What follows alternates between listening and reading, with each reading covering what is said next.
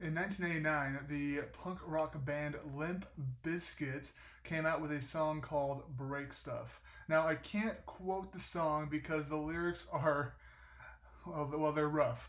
But the whole premise of the song is that sometimes you wake up on the wrong side of the bed, you don't even want to get up, nothing in the day goes right, and people are getting on your nerves, and all you want to do is just break stuff. Have you ever had days like that? Would you be relieved to find out that Jesus had those kinds of days too?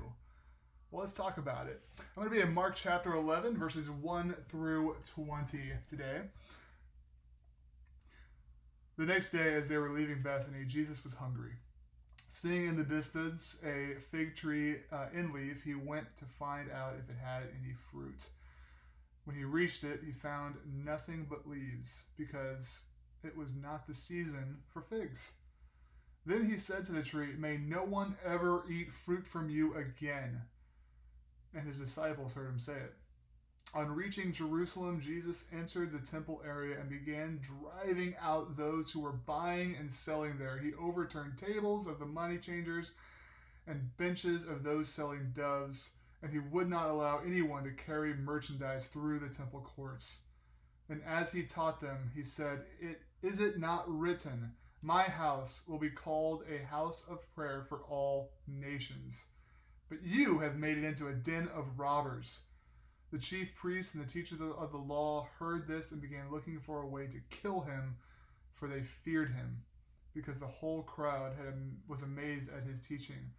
When evening came, they went out of the city. In the morning they went along and saw the fig tree withered from the roots. Peter remembered this and said to Jesus, "Rabbi, look, the fig tree you cursed has withered." So this is the day right after the triumphal entry, and Jesus is staying in Bethany and commuting to Jerusalem for the Passover festivities. He must have skipped breakfast because he is approaching Jerusalem. His tummy starts growling. But to his great joy, he sees a fig tree in leaf producing something off in the distance. But as he gets to the tree, he realizes something is very wrong with it. This tree has no figs. And when Jesus sees this, he gets a little hangry and curses it and causes it to die. What a bizarre story. Why would he get so mad at a tree? The funny thing is, it's not even fig season. A couple of things. Fig trees are the first trees to blossom in the harvest time. And so when people saw trees growing leaves, or the fig trees growing leaves, they knew that harvest was right around the corner.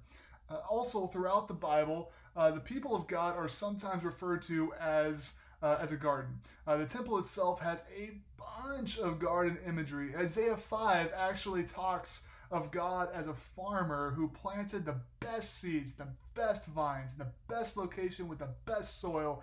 He did everything he possibly could to ensure that this garden would thrive and produce a good crop. But alas, when harvest time came, he was looking for the good fruits of justice and righteousness.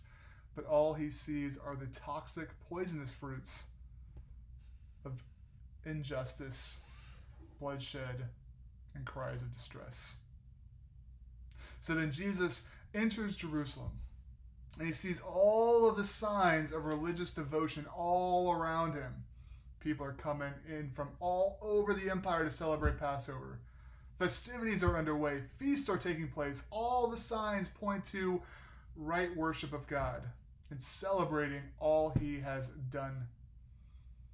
But as Jesus approaches the temple, he sees something is very, very wrong. The temple has turned into a marketplace by the religious elites and the wealthy merchants to make exorbitant profits off of the faithfulness of God's people, many of whom were poor. And to make matters so much worse, did you know that God's intention for establishing the Hebrew nation, the Israelite nation, was so that they would live justly and righteously, so that they would be a witness to the surrounding Gentile nations, so that when they would see a different way of living, they would praise God and acknowledge his sovereignty. The temple had even designated an area for Gentiles to worship God, which just happens to be where the merchants set up shop. They kicked out all of the Gentiles and were open for business. And so you can probably see why Jesus starts to break stuff.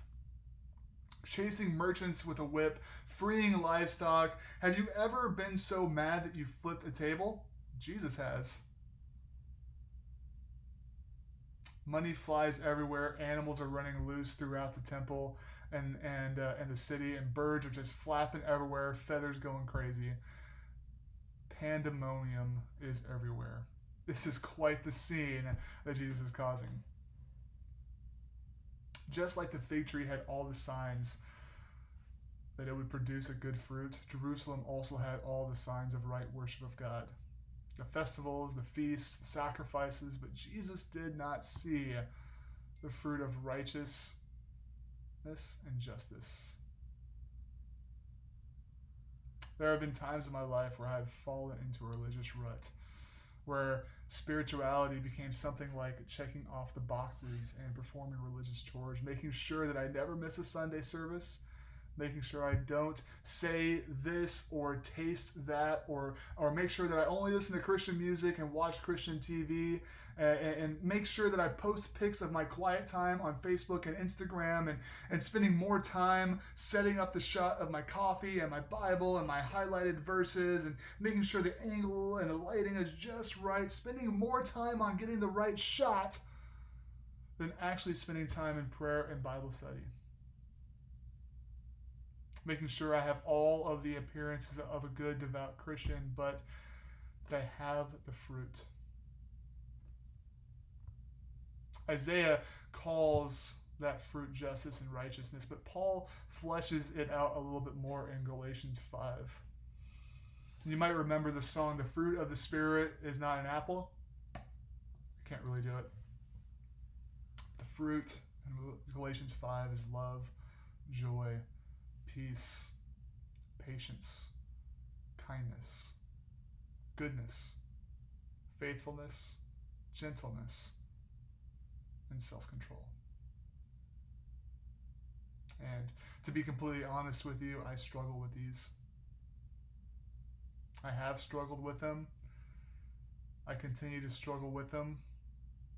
Not as much of a struggle as before, and hopefully tomorrow will not be as much of a struggle today.